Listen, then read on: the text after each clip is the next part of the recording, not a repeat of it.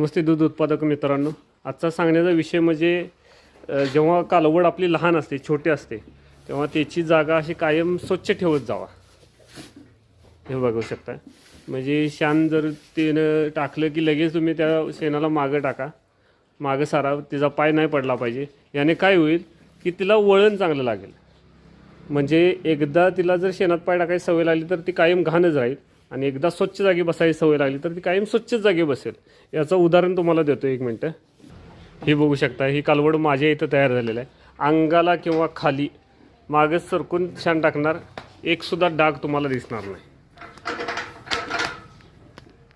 हे बघू शकताय तुम्ही, अंगाला डाग पडू देत नाही.